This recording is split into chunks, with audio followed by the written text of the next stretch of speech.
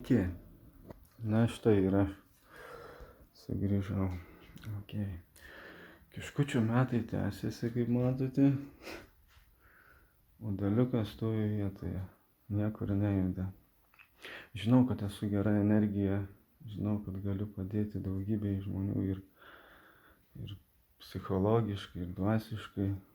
Bet nieko nevyksta.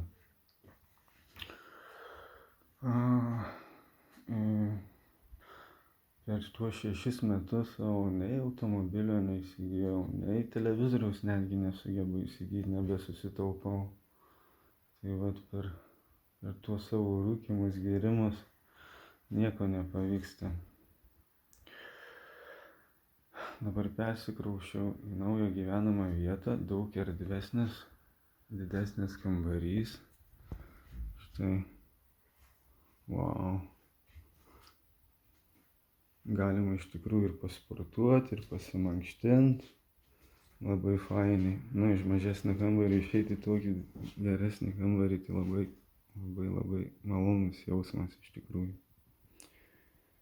Tai va. Ir kas įdomiausia yra? Įdomiausia tai, kad mano elektroninis paštas yra progresas, o slaptažodis transformuojasi. Ir nieko nebevyksta. Tai vat, nežinau, tada reikia galbūt viską jau pradėti keisti. Kambarys, kaip matot, nuostabus. Viskas yra kaip reikiant. Tai vat. Turbūt manau, kad reikia iš tikrųjų jau pradėti keistis. Reikia transformuotis ir progresuoti. Tai vat. Ir tada,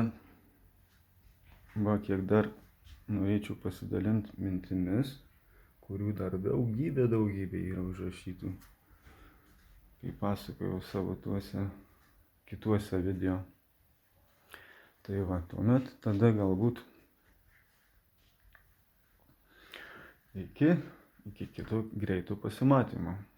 Manau, pradėsiu transformuotis ir progresuoti. Tada bye, iki. Bus matyt, kaip bus. Bet turi būti gerai.